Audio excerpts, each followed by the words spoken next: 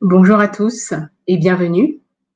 Donc aujourd'hui, je vais me pencher sur la question du sens, de la quête de sens dans nos métiers, et pas simplement dans nos métiers, puisque nous sommes des êtres globaux, également la quête de sens dans nos vies.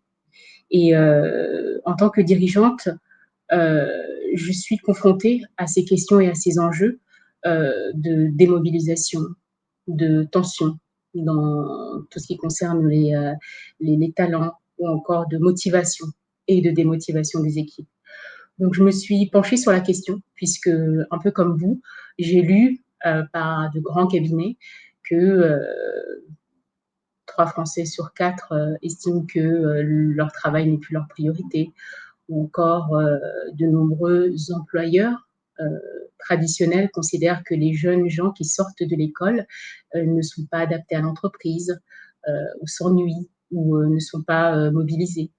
Et de ma fenêtre euh, d'entrepreneur et de dirigeante d'entreprise, j'ai une lecture différente et je voulais la partager avec vous aujourd'hui. Euh, et une personne que j'aime souvent citer, que j'apprécie énormément, c'est Edgar Morin, euh, qui, dans sa chaire sur le paradoxe de la complexité, nous invite à nous méfier des, on va dire, des raccourcis manichéens sur des sujets qui sont beaucoup plus complexes et beaucoup plus, on va dire, importants que ceux qui nous sont donnés à la lecture de certains résultats.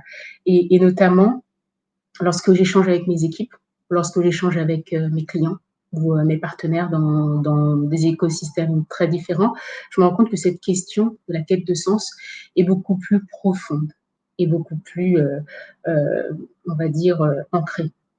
Euh, Personnellement, j'ai été amenée à discuter avec des personnes très différentes en fonction, en âge, en responsabilité. Et je me suis rendu compte que beaucoup se posaient la question, deux questions prioritaires. C'était le pourquoi et le comment.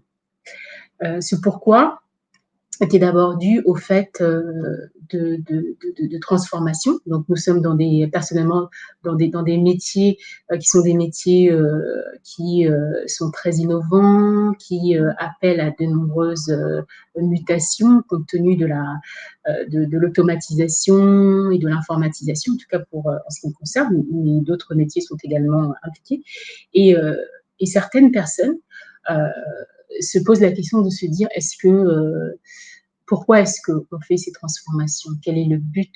Et quel est moi, en tant qu'individu, quel est mon rôle dans ce but et dans ce changement? Et véritablement, euh, quand, euh, quand j'écoute ces personnes me parler de sujets qui pour moi étaient jusqu'à présent des sujets, on va dire, de progrès et d'amélioration, j'ai vraiment l'impression qu'il y a vraiment une quête de cohérence. Ça veut dire que la personne à qui je parle a un métier, donc elle cherche l'impact qu'elle a sur son métier.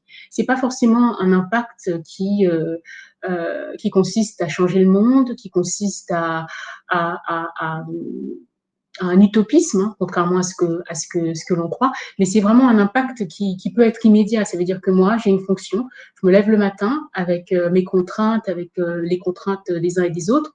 Je suis là pour accomplir une tâche et une mission. Et ce que je souhaite, c'est que cette tâche et cette mission, que je puisse l'accomplir du mieux que je peux, en donnant le meilleur de moi-même et en faisant en sorte que la personne que j'ai en face de moi, donc en l'occurrence mon client, mon, mon mes collègues puissent être satisfaits. Mais beaucoup de gens me disent quel est, on va dire, l'impact que j'ai lorsque les décisions me sont imposées souvent d'en haut et qu'elles ne tiennent pas compte du bon sens. Ça veut dire que lorsque je dois mettre en place un processus, il faut que je passe par X pays pour pouvoir juste accomplir quelque chose de basique que je pourrais faire en quelques secondes. Comment puis-je me sentir, on va dire, valorisée lorsque je me rends compte que des modifications sont effectuées sans tenir compte de mon expertise et de mon expérience? Et donc, c'est vrai pour certains domaines, mais ça peut être vrai aussi pour des domaines un peu plus pointus. Et donc, j'ai le sentiment, quand je discute avec ces personnes-là, que le sens vient également de là. Le sens vient du pourquoi est-ce que j'effectue ce travail et quel est le rôle que je peux avoir, quel est l'impact que je peux avoir immédiatement sur mon travail afin que je me sente en tant qu'individu comptée. Est-ce qu'on tient compte de mon avis? Est-ce qu'on tient compte de mon opinion? On n'est pas là uniquement en train de discuter de thématiques de avoir un baby-foot, avoir une personne en charge du bonheur au travail ou tous les clichés que l'on nous donne. Moi, je vous parle véritablement d'une image un peu plus profonde. Et si cette question qui aujourd'hui est si, on va dire, décriée, de la quête de sens, était une question un peu plus fondamentale, était une question qui était un peu plus, était un véritable progrès pour nous. Est-ce que les personnes qui posent cette question, quel que soit leur âge, quel que soit leur secteur d'activité, quelles que soient leurs aspirations, est-ce qu'aujourd'hui, elles ne nous permettent pas, en tant qu'entreprise, de nous remettre en question et de poser des questions qui sont des questions bénéfiques pour nous tous? Est-ce que, je reviens encore à Edgar Morin, qui disait que une entreprise peut avoir un autre rôle et un autre but que le simple rôle de gagner de l'argent. Et que même des fois, le fait de repenser un petit peu, en écoutant bien sûr l'écosystème, les salariés qui ont l'habitude, qui ont l'expérience, elle peut être amenée à faire du bien dans son écosystème immédiat ou un peu plus lointain. Et aujourd'hui, je pense que cela ne vous échappe pas, que de plus en plus, nous entendons parler des entreprises à mission. Nous entendons parler de scoring, de ESG en anglais ou RSE en français. Ça devient des enjeux majeurs on va dire, d'amélioration de notre environnement, d'investissement durable. Et aujourd'hui, moi, j'ai de nombreux collaborateurs un peu plus jeunes qui m'ont mise au défi en me disant que pour eux, ce qui était important, ce n'était pas ce que l'entreprise affichait sur le plan marketing, mais c'était véritablement ce qu'elle dégageait dans leur quotidien. Comment est-ce qu'elle traitait l'humain dans leur quotidien, dans la mise en œuvre et dans la mise en place d'un certain nombre de choses, et comment est-ce qu'elles valorisaient leurs idées, comment est-ce qu'elles s'inscrivaient dans l'écosystème immédiat ou dans l'écosystème un peu plus lointain. Donc, personnellement, moi j'ai le sentiment que ces remises en question de nos jeunes et moins jeunes, puisque aujourd'hui tout le monde s'accorde à dire que la tension que nous constatons et la remise en question de sens n'est pas quelque chose d'isolé, n'est pas un effet de marketing, c'est profond, tout secteur confondu. Moi, j'ai quand même l'impression que c'est un progrès. Et j'en suis assez reconnaissante de ces personnes-là qui ont pris le courage de se poser cette question et de se dire j'ai travaillé pendant X années ou j'ai fait X études et aujourd'hui j'aimerais me poser, m'écouter, je répète, m'écouter et trouver un sens à mon travail, trouver un sens à ma vie. On s'en plaint, bien sûr, en tant qu'employeur, puisque ça nous bouscule. Ce ne sont pas les sujets auxquels nous sommes habitués dans les grandes écoles, dans les entreprises traditionnelles. Nous sommes plutôt habitués à nous dire nous sommes des gens logiques, nous sommes des gens cartésiens, et donc nous allons traiter les problèmes de façon logique et de façon intelligente. Mais est-ce que l'intelligence est unique? Est-ce qu'il n'y a pas des intelligences? Et justement, est-ce que cette forme de remise en question n'est pas également une forme d'intelligence? Donc, j'ai été amenée à me poser cette question, puisque je me suis confrontée, en tout cas personnellement, à une jeune collaboratrice qui était très investie dans, dans la mission environnementale et qui a mis en place un certain nombre de processus au sein de notre entreprise. Elle l'a fait, elle a proposé des idées, elle a été force de proposition, elle avait beaucoup de courage, puisque le changement n'est jamais quelque chose d'aisé, et ce n'était pas au départ sa vocation. Et j'ai été très admirative de son action, de sa passion, de tout ce qu'elle a mené pour amener tout le groupe, des gens très différents, qui ont des sensibilités très différentes et peut-être des approches face à l'environnement qui sont très différents.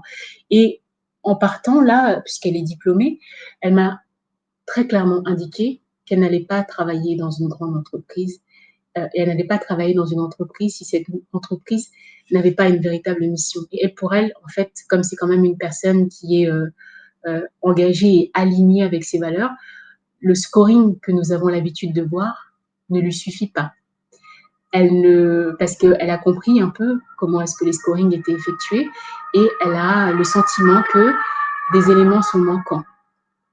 Et donc j'ai trouvé ça très puissant de la part d'une personne aussi jeune de se poser les bonnes questions aussitôt dans sa carrière et de se dire cette démarche environnementale et sociétale est importante pour moi et si j'ai l'impression que l'entreprise n'est pas alignée avec ses valeurs et avec mes valeurs, je n'irai pas.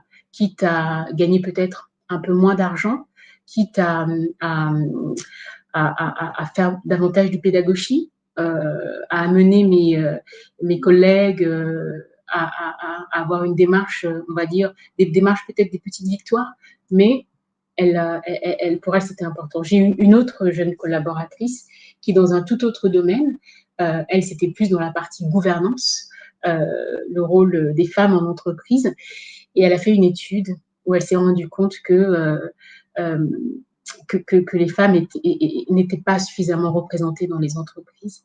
Et elle me confiait que c'était une vision très difficile pour elle de voir ça et de voir que malgré ce qui est affiché, euh, la réalité est très différente. Et elle m'a confié également la même chose que l'autre collaboratrice qui était engagée dans l'environnement, qu'elle ne voulait pas s'engager dans une grande entreprise et surtout pas une entreprise qui n'était pas alignée avec ses valeurs et qu'elle préférait au contraire créer son activité.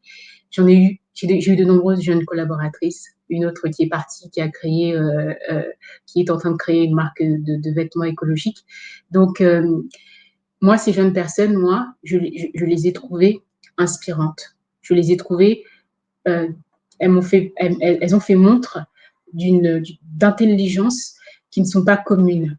Et c'est vrai que je dois admettre euh, que j'ai été d'abord un peu troublée parce qu'en tant que dirigeante, les indicateurs que nous avons sont des indicateurs qui sont plutôt des indicateurs financiers. Oui, il est vrai aujourd'hui, il y a des indicateurs de scoring, mais quand vous êtes une entreprise moyenne ou petite, vous n'êtes pas encore assujetti à ces indicateurs. Donc, nous avons des indicateurs assez classiques.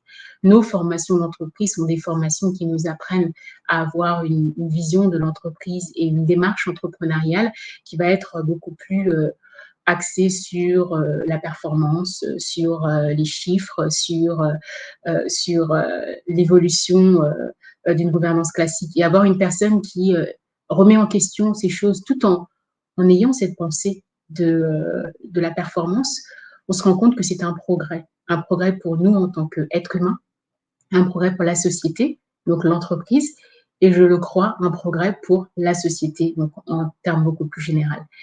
Donc j'ai tenu à échanger avec vous et véritablement à me poser cette question de quête de sens en entreprise, en tant que dirigeante, mais également de quête de sens en tant que personne, puisque je ne suis pas une personne différente lorsque j'endosse ma responsabilité de dirigeant d'entreprise que lorsque je suis dans ma vie privée, je suis intégrale, je suis la même personne. Et donc, ce qui fait sens, ce qui résonne en moi, va impacter mon équipe, va impacter mon entreprise, va impacter les résultats de l'entreprise. Puisque nous le voyons aujourd'hui, les enjeux dont nous parlons sont des enjeux économiques. Ça veut dire que la démobilisation des équipes, ça a un impact sur nos entreprises. La démotivation, le fait que les personnes ne se sentent pas en phase ou alignées, ont des conséquences sur nos résultats. Donc pour moi, ce n'est pas simplement on va dire une thématique utopiste ou idéaliste. Bien au contraire, je pense être plutôt une personne assez concrète et assez attachée à la réussite.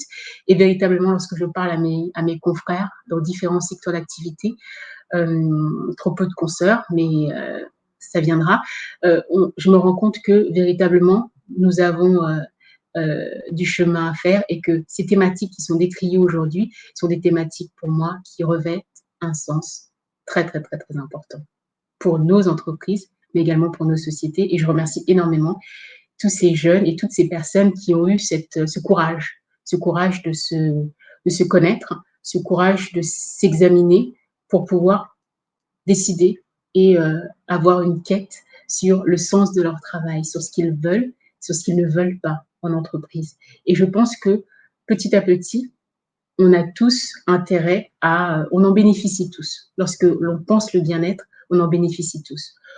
Donc moi aujourd'hui, donc je voulais également vous faire part donc de la prochaine échéance. Donc je vais inviter donc des jeunes femmes inspirantes, qui sont assez exceptionnelles par leur parcours entrepreneurial et leur parcours de vie. Et vous allez les découvrir très prochainement donc, dans les réseaux sociaux. Elles sont toutes très différentes de par leur parcours et leur expérience, mais elles sont très complémentaires. Parce que je suis convaincue que nous parlons de mobilisation, nous parlons d'enjeux sociétaux, mais je suis convaincue qu'avant de pouvoir adresser ces enjeux, avant de pouvoir donner envie et permettre aux jeunes générations, aux jeunes femmes dans mon domaine qui sont pas très nombreuses, euh, d'embrasser des postes, et je le souhaite de tout cœur, des postes à responsabilité. Je pense qu'il faut que nous-mêmes aussi, nous puissions déjà d'une être inspirés en tant que personne, un peu comme ces jeunes qui ont fait le constat que pour eux, l'environnement, c'est important. Pour eux, la gouvernance d'une entreprise, c'est important. Pour eux, l'alignement, c'est important. Et vous imaginez des personnes aussi jeunes avoir une telle maturité émotionnelle pour se dire, moi, pour moi, c'est très important de savoir que je suis dans une entreprise qui traite de façon égale les hommes et les femmes. Je suis dans une entreprise qui a à cœur le bien-être et l'investissement durable. Au-delà du marketing, c'est vraiment des personnes que j'ai vues qui étaient passionnées et qui le faisaient en incluant les autres. Toutes ces valeurs que ces jeunes sont en train de défendre, pour moi, sont des valeurs qui sont primordiales et qui nous font avancer.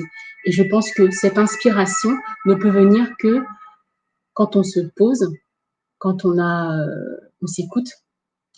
Je répète ce mot s'écouter parce que je sais qu'en français, le terme s'écouter est employé dans ce sens-là peut paraître péjoratif. Ça donne le sentiment d'être trop attentif ou d'être trop dans l'émotion. Mais j'insiste sur le fait de s'écouter parce que quand on s'écoute, on écoute les voix qui sont importantes pour nous, donc les besoins qui sont importants pour nous. On a la capacité, déjà d'une, de pouvoir écouter les autres, d'avoir une meilleure écoute pour les autres. Donc en tant que dirigeante, c'est primordial parce que comment puis-je savoir que mes collaborateurs sont en détresse ou ne s'épanouissent pas ou ne trouvent pas leur sens dans le travail que je leur donne. Ils n'ont pas les moyens si moi-même, je n'ai pas conscience de cela. Donc, cette écoute pour moi est primordiale et surtout la connaissance de soi et la nécessité pour pouvoir fédérer.